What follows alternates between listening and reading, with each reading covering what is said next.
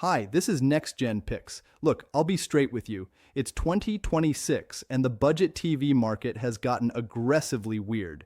You're scrolling through Amazon, seeing these massive 65-inch sets from Hisense and TCL, tossing around buzzwords like 5,000 nits and AI Cognitive Pro whatever like it's nothing. Then you bring it home. You drag a surfboard-sized box into your living room, spend an hour fighting with the Visa mount, power it on, and instantly realize the deep blacks look more like a muddy gray sweater, and the interface is already stuttering. It's a punch to the gut. Here's the reality. These brands are locked in an arms race right now, but they're cutting corners in places you'll never see on a spec sheet. Backlight control systems, panel uniformity, even the long-term lifespan of the LEDs themselves. I'm skeptical. I've watched too many so-called breakthroughs turn out to be nothing but marketing fog. So today, we're slicing through the noise. I'm going to tell you which 2026 models are legitimate world beaters, and which ones are just shiny plastic taxes on your patience. Before we dive into the thermal maps and input lag data, do me a quick favor. Hit that like button and subscribe to NextGen Picks. We don't take a dime from Hisense or TCL, no review units that they've handpicked for perfection. We buy this stuff so we can tell you the truth, and your support is the only reason we can stay this skeptical. Let's get into the dirt. Let's talk about the elephant in the room, the 2026 price creep. If you've looked at a spec sheet lately, you've seen it. Brands are panicking. We've got this massive shortage in high bandwidth memory and backlight controllers that's pushing budget prices closer to that $1,000 mark we used to hate. It's created this weird, desperate energy in the market where TCL and Hisense aren't just trying to beat each other. They're trying to convince you that value now starts at $899. The battle lines are drawn right down the middle of the backlight. On one side, you've got TCL double down on what they call SQD Mini LED, essentially super quantum dot tech. They're chasing raw retina searing power. They want to hit 5,000 nits because, frankly, 5,000 looks better on a box than 30,000. On the other side, Hisense has pivoted to RGB Mini LED Evo. Instead of just blasting white light through a filter, they're using separate red, green, and blue LEDs in the actual backlight. It's a color-first strategy, but here's where the marketing math starts to fall apart. You see a 65-inch TV with 5,000 local dimming zones, and you think, great, it'll look like an OLED. Wrong. It's all about the algorithm. If the brain of the TV, the processor, can't tell those 5,000 zones what to do fast enough, you get this weird trailing effect where a bright object moves across the screen and a ghostly tail follows it. I've spent the last 3 weeks staring at these panels under a microscope, and trust me, the numbers lie more than they used to. Let's pull the curtain back on our first contender, the TCL QM8K. This is the 2026 revision of their flagship, and man, it is a complicated piece of hardware. On paper, it's a god. 5,000 nits of peak brightness, over 5,000 dimming zones. When you feed this thing a high bitrate 4K HDR signal, something like Dune Part 2, the highlights are actually painful. I mean, that is a compliment. You feel the heat of the sun on Ericus. But look closer. TCL is using a WHVA panel this year. That's wide, high vertical alignment. It's meant to fix the old issue where you'd move 6 inches to the left on your couch and the colors would wash out. Does it work? Mostly, but it introduces this subtle shimmer on off-angle viewing that's driving me crazy. If you're a family of 4 spread out across a wide sectional, the person on the far end is getting a different movie than the person in the middle. And then there's the HDMI trap. I know. The box says HDMI 2.1, but I went digging with my signal analyzer. Only 2 of the 4 ports are full bandwidth 48 Gbps per second. One of those is your EER port. So if you have a PS5, an Xbox Series X, and a high-end soundbar, you're playing musical chairs with your cables every time you want to switch consoles without losing features like 144Hz VRR. It's 2026. Why are we still doing this? It's a cost-cutting measure that feels like a slap in the face on a flagship budget TV. Here's where it gets weird. During my longevity stress test, running 4K 144Hz gaming content for 6 hours straight, the CQM8K's internal processor housing started hitting over 100 degrees in Fahrenheit. That's not fire hazard hot, but it's I hope you have an extended warranty hot. Heat is the silent killer of LEDs and capacitors. When TCL pushes this much brightness through a slim chassis, something has to give. In my unit, I started seeing local dimming fluctuations.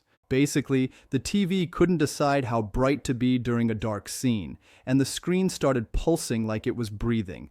I know what you're thinking. Maybe you just got a bad panel. Maybe. But that's the panel lottery we talk about. You shouldn't have to gamble $1,000 on whether or not your TV knows how to stay still. I want to pause here for a second because I genuinely need your input. We're doing these deep dives every week, but the market is moving so fast, I barely keep up. Drop a comment below. What should we be tearing down next? Is it the new 2026 laser projectors, or do you want to see if these budget OLEDs from the smaller brands are actually worth the risk? Let me know because I build these scripts based on what you're actually worried about buying. Okay, transitioning over to the arch rival, the Hisense U8N or the U8QG in some regions. If TCL is a sledgehammer, Hisense is trying to be a scalpel. They're leaning hard into this RGB mini LED story. They claim that by using cyan and sky blue LEDs in the backlight, they're hitting 110% of the BT 2020 color space. Now look at this footage. The color is intense. It's vibrant in a way that makes the TCL look a bit clinical. But here's the truth bomb. Hisense has this habit of overshooting the brightness curve. In the industry, we call it EOTF tracking. Basically, the TV sees a dark scene and says, let's make it punchy. So it boosts the shadows. It looks great for 30 seconds in a bright showroom, but when you're watching a moody horror movie in a dark room, you lose all that inkiness. The blacks become a dark glowing blue. And let's talk about the software. Both these TVs run Google TV, which I usually love, but Hisense's implementation this year feels heavy. I'm seeing frame drops in the actual menus. You click settings and you wait just a beat, but it's enough to be annoying. TCL's AIPQ processor seems to handle the OS much smoother. And don't get me started on the remote. Hisense, buddy, what are we doing? You're selling a premium ULED TV and you give us this chunky non-backlit remote that feels like it came with a $200 kitchen TV. TCL actually gives you a backlit premium feeling remote. It seems like a small thing until you're trying to find the mute button at 2 a.m. in the dark. It's these little lived voice details that tell you where a brand's head is at. TCL is thinking about the user experience. Hisense is thinking about the spec sheet. But wait, before you go running to buy the TCL, there's a massive input lag catch. In my testing, the TCL QM8K hits about 13 milliseconds in game mode. That's fine, it's great actually. But the Hisense U8N, it's hitting sub 10 milliseconds. For competitive gamers, the people playing Call of Duty or Valorant on a 144Hz screen, that 3 milliseconds difference is the feel of the game. The Hisense feels connected to your hands. The TCL feels like you're watching the game happen. So, where does the math start to make sense? If you're a bright room owner, maybe you've got a massive window right opposite the TV. The TCL's raw nits win. It burns through glare like a lightsaber. But if you're a gaming cave dweller, the Hisense is offering a level of responsiveness that the TCL just can't match yet. But look, I'll be honest, neither of these is perfect. We're seeing dead pixel reports creeping up on Amazon for both brands, specifically on the 65-in panels manufactured in the Q3 2025 window. It seems like the factory ramp-up for the 2026 models was a bit rushed. If you buy one of these, do yourself a favor, run a gray uniformity test. The second you take it out of the box, if you see dark splotches, what we call the dirty screen effect, put it back in the box and exchange it immediately. Don't wait for it to break in, it won't. You're just living with a defect. If those two feel like absolute overkill for your budget, this next option is where the math actually starts to make sense for the average person. If those two flagship heavyweights feel like they're trying too hard to justify a 4-figure price tag, then this next bracket, the mid-range, is where the real blood is being spilled. I call this the sweet spot.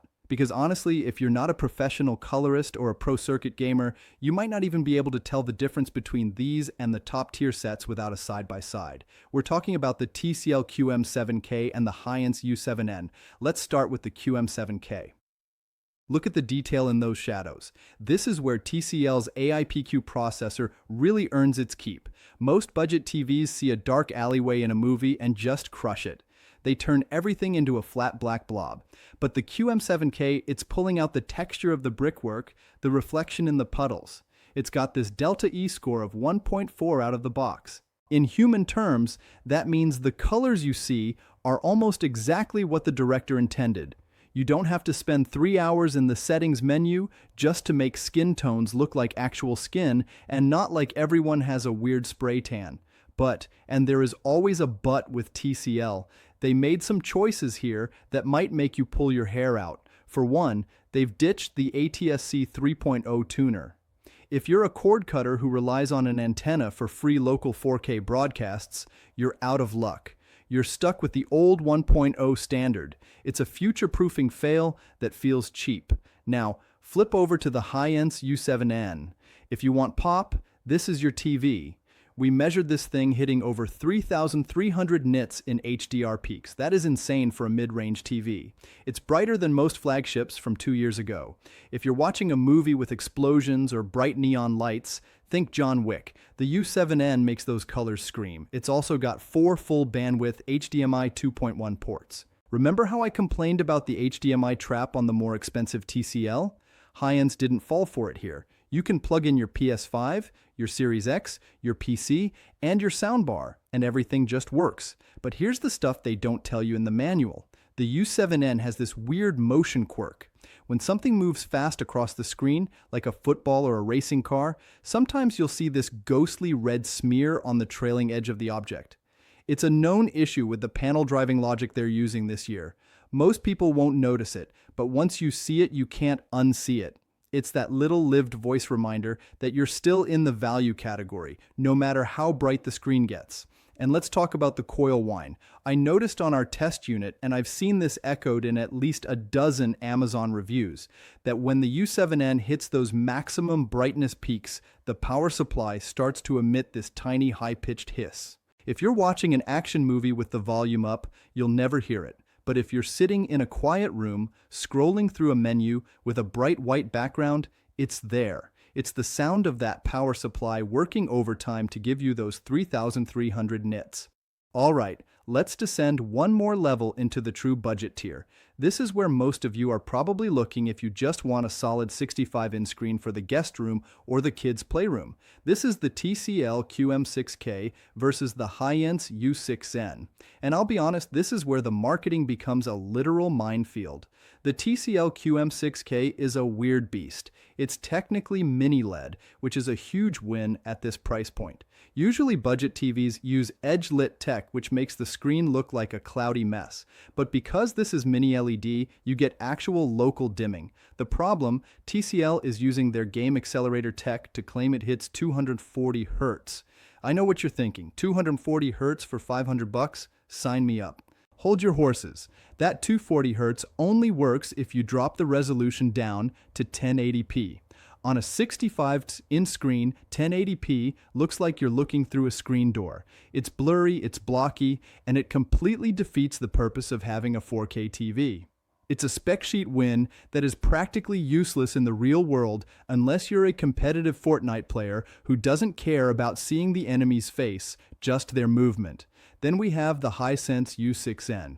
Depending on which retailer you buy from, this thing either runs Google TV or Amazon's Fire TV OS. My advice, check the model number 3 times before you click buy. The Fire TV version is, and I'm trying to be polite here, an ad-filled nightmare.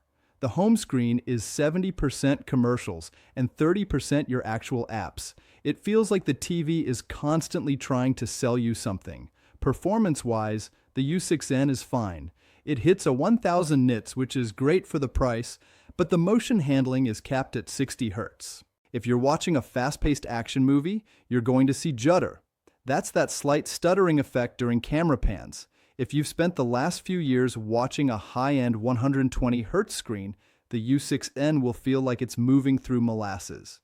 But here's the quirk no one mentions. The viewing angles on the U8N are some of the worst I've seen in 2026. If you're sitting even 20 degrees off center, the colors just die. The vibrant reds turn to pink, the blacks turn to gray. It's a deadened TV. Great. If you're sitting in a single recliner right in front of it, Terrible if you're hosting a Super Bowl party and half your friends are sitting on the floor at an angle. I know what you're thinking. NextGen picks. You're tearing these things apart. And yeah, I am, because the budget TV war is cut by cutting corners. TCL cuts corners on the tuner and the remote. Hisense cuts corners on the motion processing and the software. You're not buying perfect at this price point. You're buying acceptable compromises. And let's talk about the panel lottery one more time, because it's even worse in this budget. In our lab, we ordered 3 different 65-in U8N units. One had a massive dark spot in the top right corner. One had a dead pixel right in the center. Only the third one was what I'd call retail ready. When you buy these budget sets, you are the quality control department. The brands are basically saying, we'll ship them all out, and if the customer complains, we'll swap it. It's a waste of your time. Before we move into the final verdict and the truth bomb conclusion, I want to address the gaming enthusiast group specifically. If you're choosing between these mid-rangers, look at your console. If you have a PC or a PS5 Pro, the Hisense U8N's 144Hz and even 165Hz on some variants is a massive advantage. But if you're an Xbox player who values Dolby Vision gaming, TCL's implementation of Dolby Vision IQ with precision detail is actually superior this year. It makes those HDR games look significantly more atmospheric. It's these tiny in the manual details that the brands hide. They want you to just look at the big numbers, 5,000 nits, 240 Hz. But the real story is in the input lag, the EOTF tracking, and whether or not the remote has a backlight. Look, I'll be honest.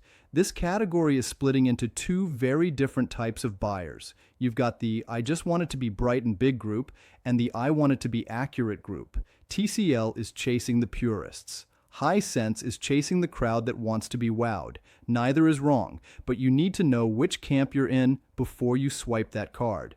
If all of this feels like a lot to process, don't worry. We're about to group these into a definitive who is this for list. But first, let's talk about the one metric that everyone ignores until they get their first electric bill after a 12-hour Elden Ring session. So we've looked at the specs, we've seen the thermal maps, and we've talked about the red smear nightmares. But now we have to answer the only question that matters. Which one should you actually buy? Because here's the thing, 2026 has turned the budget world upside down. You aren't just buying a screen anymore. You're buying a piece of software that lives in your house. Before the final names, let's talk about the energy tax. These new 5,000 nit mini LEDs, they are hungry. In our testing, running the TCL QM8K in vivid mode for a movie marathon pushed our energy draw to over 250 watts. If you're in a state with high electricity rates, looking at you, California and Massachusetts, that's an extra $50 to $70 a year just to keep the lights on. The Hisense U8N by comparison is much more conservative, topping out around 180 watts. It's the hidden cost of those retina-searing highlights that no one puts on the box. If you have the money and you want a TV that makes your friend's $3,500 Sony look like a tablet, this is it. The raw power of the QM8K is undeniable. It's the closest any LCD has ever come to OLED-level blacks without that OLED dimness in a bright room.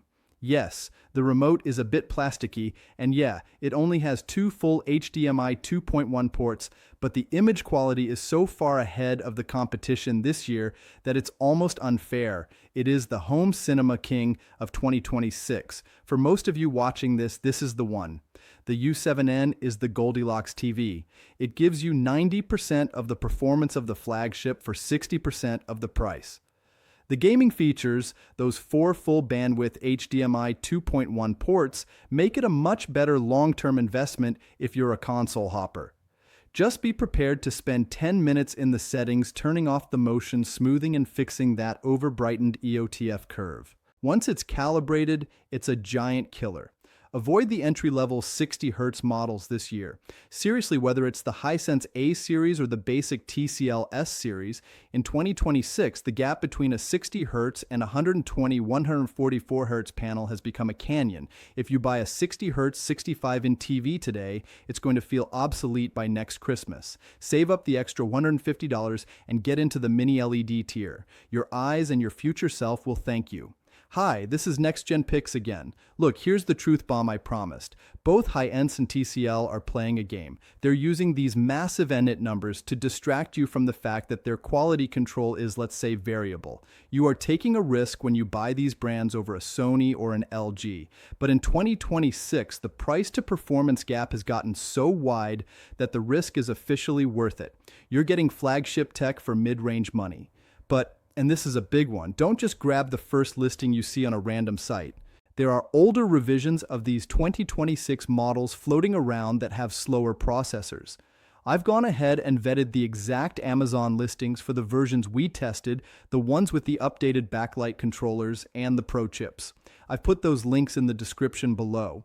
They are the safe path to make sure you don't end up with a 2025 panel disguised in a 2026 box. Thanks for sticking with me through this deep dive. If this helped you save a few $100 or avoided a massive headache, hit that like button. It really does help.